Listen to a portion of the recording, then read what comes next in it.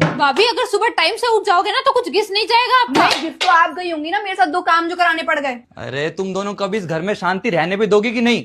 रोज रोज का हो गया तुम दोनों का तो। घर के सारे कामकाज के तौर तरीके घर की बहू को बताऊं भी नहीं अब मैं। हर बात पे हुक्म नहीं ले सकती मैं, इस घर की बहू हूँ, नौकरानी नहीं। ननद मैं हूँ पर एक मौका नहीं छोड़ती वो मुझे नीचा दिखाने का। मैं तो इस घर की हुई नहीं, हर बात में ताने मार मार के यही तो फील कराया जाता है मुझको। पहला घर देख रही हूँ जहाँ पे घर की बेटी में तो दुनिया जहाँ की बंदिश है, पर घर की बहू के सामने किसी के भी बोल नहीं उपड़ते। पति होकर स्टैंड मत ले लेना तुम कभी मेरा। चाहे घर की बहू हनीमून के नाम पे खूब सैर सपाटा करे तो भी कोई दिक्कत नहीं है, और यहाँ मैं पढ़ने को बाहर जाने का बोलती तो उसके लिए तो इतने पैसे नहीं है, ऑनलाइन पढ़ लो। मुझे नहीं पता क्या कि ये सारी सलाह भी उस महारानी की है। देखो बहुत मूंग दल्लिस ननद ने मेरी छाती पर। मैं इस षड्यंत्रकारी कुटिल औरत के साथ एक छत के नीचे अब और नहीं रह सकती। अब मुझे नहीं पता, इसके हाथ पीले करो, फटाफट इसको रवाना करो, या तो इस घर में वो रहेगी या मैं।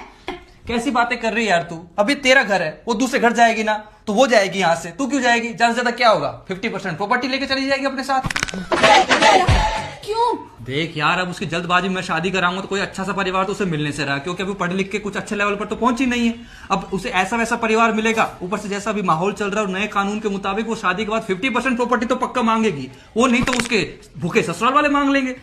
क्या? सोचा था इस घर से विदा होके जाऊंगी, पर अब मुझे लग रहा है मुझे ऐसे ही जाना पड़ेगा। तू क्यों जाएगी? वो घर की बहू होके घर की ननद की 2 बात नहीं मान सकती, मेरी बहन की। यदि कोई इस घर से जाएगा तो वो जाएगी।